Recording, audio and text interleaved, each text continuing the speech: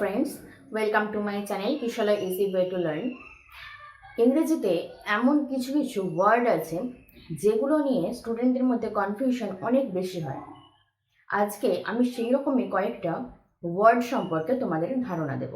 আমি শিওর যে এই ভিডিওটা দেখার পর তোমাদের এই ওয়ার্ডগুলো নিয়ে আর কোনো কনফিউশন থাকবে না। ভিডিওটা পুরোটা দেখো, সাবস্ক্রাইব করো আমার চ্যানেলটাকে, লাইক কমেন্ট শেয়ার এগুলো পরে করে দিও যদি আমার ভিডিওটা ভালো লাগে তখন। তাহলে চলো শুরু করি। যে ওয়ার্ডগুলোর কথা বলছিলাম সেগুলোর মধ্যে আছে কি everybody, everyone, everything, someone, nobody, no one, something, এই ধরনের ওয়ার্ডগুলো। আমি এখানে প্রথমেই নিয়েছি এভরিবডি আর এভরিওয়ান। এভরিবডি মানে কি প্রত্যেকে, প্রত্যেকে মানুষ বোঝাবে, অবশ্যই মানুষ বোঝাবে। আর এভরিওয়ান মানেও প্রত্যেকে। তাহলে দুটোর মধ্যে ডিফারেন্স কি আছে? এভরিওয়ান মানেও প্রত্যেকে, তাহলে দুটোর মধ্যে ডিফারেন্স কি আছে? দুটোর মধ্যে ডিফারেন্স এটাই, ধরো যদি আমি বলি যে সাধারণ অর্থে যে প্রত্যেকেই এখানে স্টুডেন্ট বা প্রত্যেক স্টুডেন্টের এখানে ইন্টেলিজেন্ট, তাহলে সেখানে আমরা কি করব? এভরিবডি বসাবো কোনো সাধারণ অর্থে। কিন্তু যদি আমি পুরো পার্সন অনুযায়ী বলি যে এইখানে যতজন উপস্থিত আছে প্রত্যেকেই এক একজন ইন্টেলিজেন্ট বয় বা প্রত্যেকেই একজন ইন্টেলিজেন্ট স্টুডেন্ট, তাহলে সেখানে আমরা এভরিওয়ান বসাতে পারবো। এভরিওয়ানে কি হচ্ছে, আমরা স্ট্রেস দিয়ে বলবো তখন সেখানে আমরা এভরিওয়ান বসাবো। আর যখন এমনি নর্মালি বলছি যে হ্যাঁ এখানে প্রত্যেকেই ভালো আছে, তো সেখানে আমরা কি করব? এভরিবডি বসাবো। এমন দুটো ফিল ইন দ্য ব্ল্যাঙ্কস নিয়েছি যেগুলো আমি এই কথা বলার পরেই তোমরা কিন্তু বুঝতে পারবে যে এই জায়গাগুলোতে এভরিবডি বসাবো না এভরিওয়ান বসাবো, বা কোথায় এভরিবডি বসাবো বা কোথায় এভরিওয়ান বসাবো। দেখো প্রথমটা কি আছে কি, dash loved the girl for her sweet voice. এখানে অবশ্যই হয় এভরিবডি বসাতে হবে বা এভরিওয়ান বসাতে হবে। কি বসাবো? প্রত্যেকেই মেয়েটিকে ভালোবাসতো তার সুন্দর ভয়েসের জন্য, সুন্দর গলার জন্য। তাহলে এখানে কি নর্মালি আমি বলছি যে হ্যাঁ প্রত্যেকেই ওই মেয়েটাকে ভালোবাসতো তার সুন্দর গলার জন্য। তাহলে এইখানে আমরা কি বসাবো? এখানে আমরা অবশ্যই এভরিবডি বসাবো। Everybody loved the girl for her sweet voice. এর পরেরটা দেখো, যদি এইরকম ভাবে বলা হয় যে প্রত্যেককেই অবশ্যই প্রেয়ারে যোগ দিতে হবে, প্রত্যেককে অবশ্যই মিটিংয়ে যোগ দিতে হবে, যদি আমি কথাটার মধ্যে ট্রেস দিয়ে বলি, দেখো যেমন বলছি কি dash must come to prayer, প্রত্যেককেই প্রেয়ারে আসতে হবে। তাহলে এখানে কি আমাকে একটা যোগ দিতে হচ্ছে অবশ্যই। তাহলে এখানে কি আমাকে একটা জোর দিতে হচ্ছে যে অবশ্যই আসতে হবে, প্রত্যেককেই, মানে প্রত্যেককেই আলাদা আলাদা করে মেনশন করা হচ্ছে হ্যাঁ তোমাকে আসতেই হবে, প্রত্যেককেই আসতে হবে প্রেয়ারে। তাহলে একটা কথার মধ্যে জোর আছে। তাহলে এইখানে আমরা কি বসাবো? এখানে আমরা বসাবো এভরিওয়ান। তাহলে এভরিবডি আর এভরিওয়ানের কনসেপ্টটা মোটামুটি ক্লিয়ার হয়েছে। চলো নেক্সট স্টেপে যাই। এরপরে আসছি এভরিথিং আর এভরিবডি। এভরিথিং, থিং মানে কি? থিং মানে হচ্ছে জিনিস। তাহলে এভরিথিং মানে কি? প্রত্যেক জিনিস। এভরি মানে প্রত্যেক, তাহলে প্রত্যেক জিনিস। আর এভরিবডি মানে কি? এভরি বডি, বডি আমরা আমাদের যেমন এই টাইমে আমাদের বডি, তাহলে কোনো মানুষকে অবশ্যই বোঝাবে। তাহলে এভরিবডি মানে কি? প্রত্যেক জন মানুষ বোঝাবে। তাহলে এখানে আমরা কি করব? প্রত্যেক জিনিস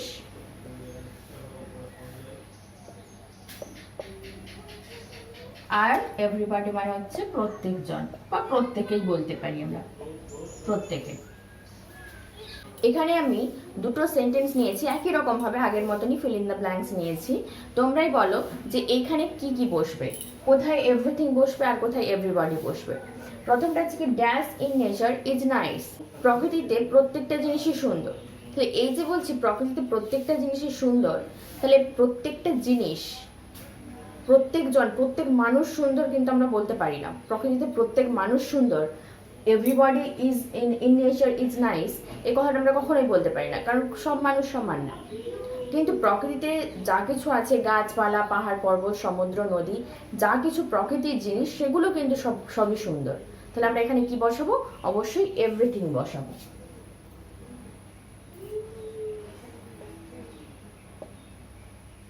everything in nature is nice. আরেকটা কথা তোমাদের বলার আছে যে এই যে আমি বললাম যে এভরিথিং, এভরিবডি, এভরিওয়ান, এগুলো সবই কিন্তু সিঙ্গুলার নাম্বার, এগুলো কিন্তু প্লুরাল নাম্বার নয়। এটা আমাদের বেশিরভাগ ভুল হয়। এমনকি আমারও এরকম ধারণা ছিল যে এভরিবডি মানে কি প্রত্যেককেই বলা হচ্ছে, তাহলে মানে কি প্রত্যেকে মানে কি নিশ্চয়ই একের বেশি হবে। তাহলে একের বেশি হওয়া মানে কি, তাহলে সেখানে আমি কি করব, সেটাকে প্লুরাল নাম্বার করব। আর সেখানে আমি কি বসাবো, আর বসাবো বা ওয়্যার বসাবো, মানে প্লুরাল ফর্মে যে ধরনের ভার্বগুলো হয় সেগুলো বসাবো। কিন্তু এই ধারণাটা সম্পূর্ণ ভুল। এইগুলো সবসময় সিঙ্গুলার নাম্বার হয়। এই যে এভরিথিং, এভরিবডি, এভরিওয়ান, এগুলো সবসময় সিঙ্গুলার নাম্বারের হয়। সেই কারণে দেখো এখানে ইজ বসানো হয়েছে। পরেরটাও একই রকমভাবে dash is present in the meeting. মিটিংয়ে উপস্থিত, মিটিংয়ে কারা উপস্থিত থাকে, নিশ্চয়ই মানুষ উপস্থিত থাকে, জিনিস তো আর উপস্থিত থাকতে পারে না। তাহলে আমরা এখানে কি করব, everybody, everybody is present in the meeting. মানেটা বুঝে করতে হবে, তাহলে দেখবে আর কোনো রকম ভুল হওয়ার সম্ভাবনা নেই। পরের ওয়ার্ডগুলো নিয়েছি সামবডি, সামওয়ান আর সামথিং। একই ধরনের শুনতে লাগলেও প্রত্যেকটার কিন্তু মিনিং আলাদা আছে। সামবডি মানে কি, বডি মানে আমি আগেই বলেছিলাম কোনো মানুষ বোঝাবে। আর সাম মানে কি, কিছু, তাহলে কিছু মানুষ বা কিছু জন। আর সাম ওয়ান মানে কি, ওয়ান মানে কি কোনো এককে বোঝায়, একজনকে বোঝায়। আর সাম ওয়ান মানে কি কেউ একজন। ওয়ান মানে যেহেতু এক, তাই জন্য কিন্তু সাম মানে হচ্ছে কেউ একজনকে বোঝাবে। আর সামথিং, থিং মানে কি জিনিস, তাহলে কিছু জিনিসকে বোঝাবে। তিনটে সেন্টেন্স নিয়েছি তোমাদের বোঝার জন্য, একটু দেখে নাও। হ্যাভ ইউ লস্ট ড্যাশ, তুমি কি হারিয়েছো, আমরা কি বলি তুমি কি কিছু হারিয়েছো, তাহলে কি হ্যাভ ইউ লস্ট সামথিং, কিছু জিনিস। কিছু জিনিস মানে কি, এখানে আমরা কি বসাবো, সামথিং বসাবো।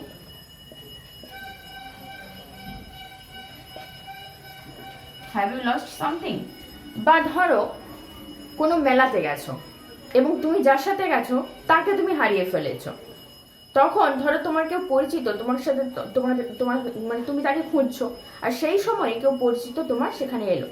এবার সে হয়তো তোমাকে যদি বলে যে তুমি কি কাউকে খুঁজছো, তাহলে এখানে যে আমি বলছি যে কাউকে, তাহলে এখানে আমি কি বসাবো, হ্যাঁ অবশ্যই এখানে আমরাও কি করতে পারি, হ্যাভ ইউ লস্ট সামওয়ান, তাহলে এখানে আমরা সামওয়ানও বসাতে পারি, তাহলে সেটা কিন্তু ভুল হবে না। পরের সেন্টেন্স নিয়েছি dash has come to you, তোমার কাছে এসেছে, কিছু জন এসেছে, তোমার কাছে কিছু জন এসেছে সেটা ভালো হবে না তোমার কাছে কেউ এসেছে সেটা শুনতে ভালো লাগবে। নিজেকে দেখো, নিজের কথা বলে নিজের মানে করে বোঝার চেষ্টা করো যে কোন ওয়ার্ডটা শুনতে ভালো লাগছে। এখানে এই যে আমি বলছি যে তোমার কাছে এসেছে, এখানে যদি আমি বসাই যে somebody has come to you, এটা শুনতে ভালো লাগবে না someone has come to you, মানে কিছু জন এসেছে তোমার কাছে নাকি কেউ এসেছে তোমার কাছে। তাহলে কেউ এসেছে শুনতে ভালো লাগছে যে তোমার কাছে কেউ এসেছে, তাহলে এখানে আমরা কি করতে পারি,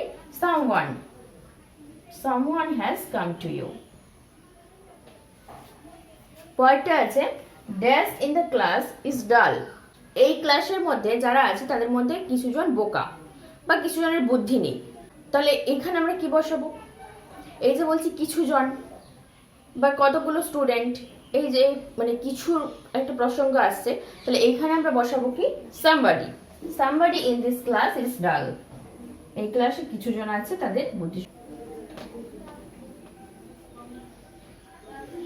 আরো দুটো ওয়ার্ড নিয়েছি এনিথিং আর এনিবডি। এনি মানে কি, এনি মানে হচ্ছে যে কোনো, তাহলে এখানে আমরা বলতে পারি এনিথিং মানে কি যে কোনো জিনিস, আর এনিবডি মানে কি যে কেউ, এখানে অবশ্যই মানুষ বোঝাচ্ছে, তাহলে যে কেউ। যে কোনো জন, যেহেতু বলেছি এনি মানে কি যে কোনো, তাহলে যে কোনো জন বলার থেকে যে কেউ বলাটা বেশি ভালো লাগছে, তাই জন্য আমি যে কেউ বলছি।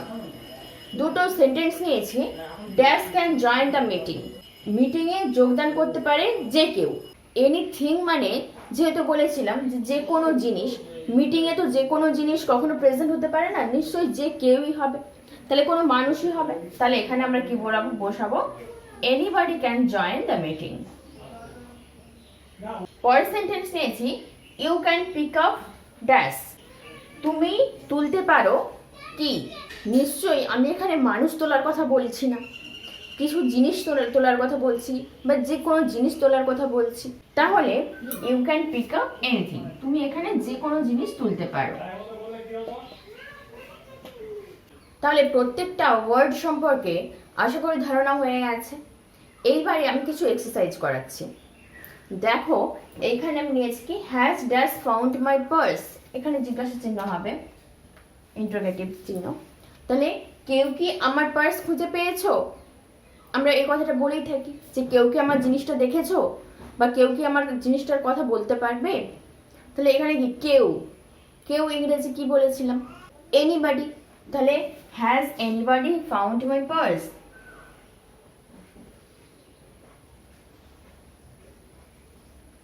পরের একটা সেন্টেন্স নিয়েছি, dash in this family is intelligent. আমরা কি বলেছি, এই পরিবারে সবাই বুদ্ধিমান। তাহলে সবাই বললে কি হয়, এভরিবডি বা এভরিওয়ানও করতে পারি, যে প্রত্যেকেই এই ফ্যামিলিতে ইন্টেলিজেন্ট। তাহলে আমরা এখানে এভরিবডিও করতে পারি, আর যদি আমরা ট্রেস দিয়ে বলার জন্য আমরা এভরিওয়ানও বলতে পারি। তাহলে যে কোনো একটা বসিয়ে দাও, everyone in this family is intelligent. তারপরে আছে কি, dash knock on the door, দরজাতে দরজাতে নক করেছিল কি, কেউ দরজাতে নক করেছিল। তাহলে এখানে আমরা কি করতে পারি, সামওয়ান নকড অন দ্য ডোর।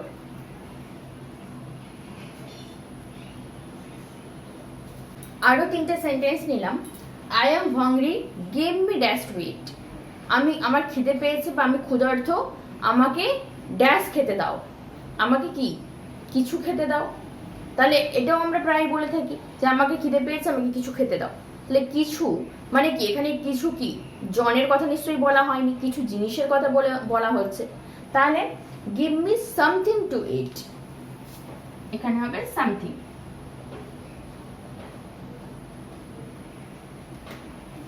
পরেরটা আছে ড্যাশ ইজ অল রাইট। আমরা যখন কি বলি কিছু সবকিছু ঠিক আছে, তাহলে এই যে বলছি সবকিছু, তাহলে এখানে কি হবে, এভরিথিং মানে কি প্রত্যেকটা জিনিস বা সবকিছু। তাহলে এভরিথিং ইজ অল রাইট।